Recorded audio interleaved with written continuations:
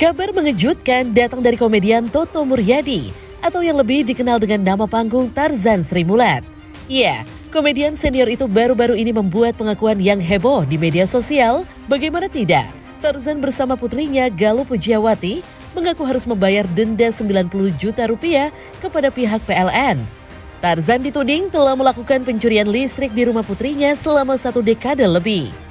Dari tudingan itulah, komedian senior itu harus berurusan dengan petugas PLN yang meminta pihak keluarga Tarzan untuk membayar denda senilai 90 juta rupiah. Alhasil, nama Tarzan pun ramai menjadi perbincangan terutama di media sosial. Tentu saja, banyak pihak yang bertanya-tanya, apa yang sebenarnya dilakukan Tarzan bersama putrinya hingga harus membayar denda dengan nominal yang cukup besar. Lantas seperti apa penjelasan dari pihak PLN terkait permasalahan tersebut? Dan benarkah kini pihak dari PLN dan Tarzan sudah berdamai?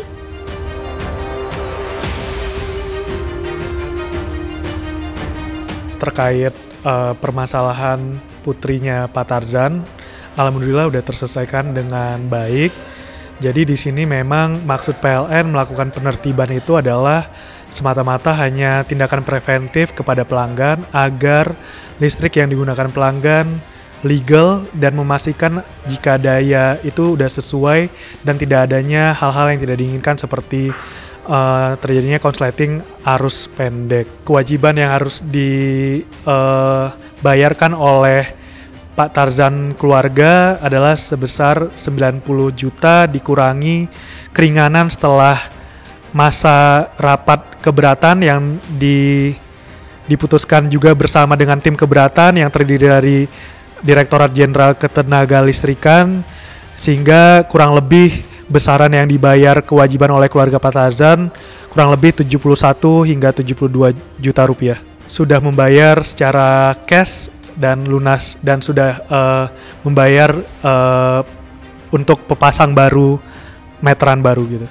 Sudah clear dan sudah tuntas dan sudah damai juga dengan PLN, begitu Pak.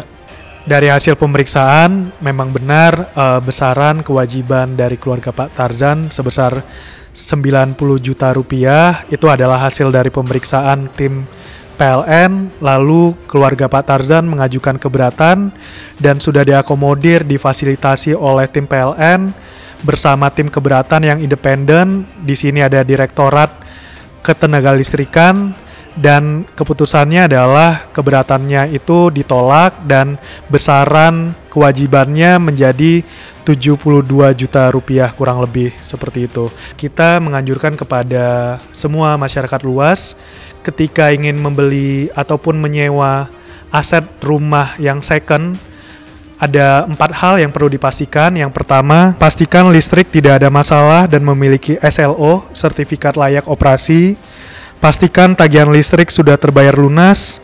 Pastikan KWH meter yang terpasang bersegel dan dalam keadaan baik, serta berfungsi dengan benar. Dan yang terakhir, keempat, adalah pastikan listrik yang mengalir itu legal gitu.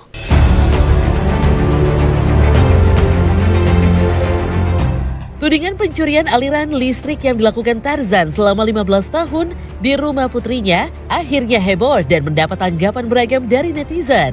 Menyadari hal tersebut, Tarzan ditemani putrinya akhirnya buka suara untuk menjelaskan apa yang sebenarnya terjadi.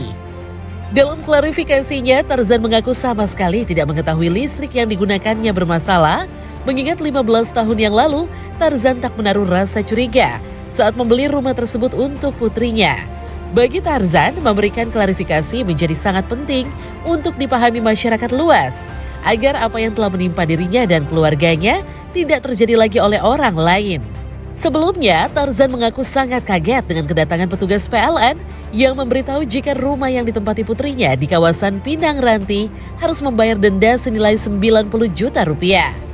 Tarzan lantas mendatangi kantor PLN untuk memberikan penjelasan apa yang sebenarnya terjadi dengan aliran listrik di rumahnya. Selain itu, Tarzan yang keberatan dengan nominal denda yang menurutnya kelewat besar, meminta keringanan dari pertemuan yang digelar antara kedua belah pihak, akhirnya dicapai kesepakatan, yakni keringanan pembayaran denda dari 90 juta menjadi 72 juta rupiah. Lantas benarkah kesalahan yang dilakukan pihak Tarzan merupakan murni kelalaian Tarzan dan keluarga? Assalamualaikum warahmatullahi wabarakatuh. Waalaikumsalam. Jadi ceritanya tahun 2007 itu Papa beliin aku rumah ya Pak, Iya. di daerah Pinang Ranti.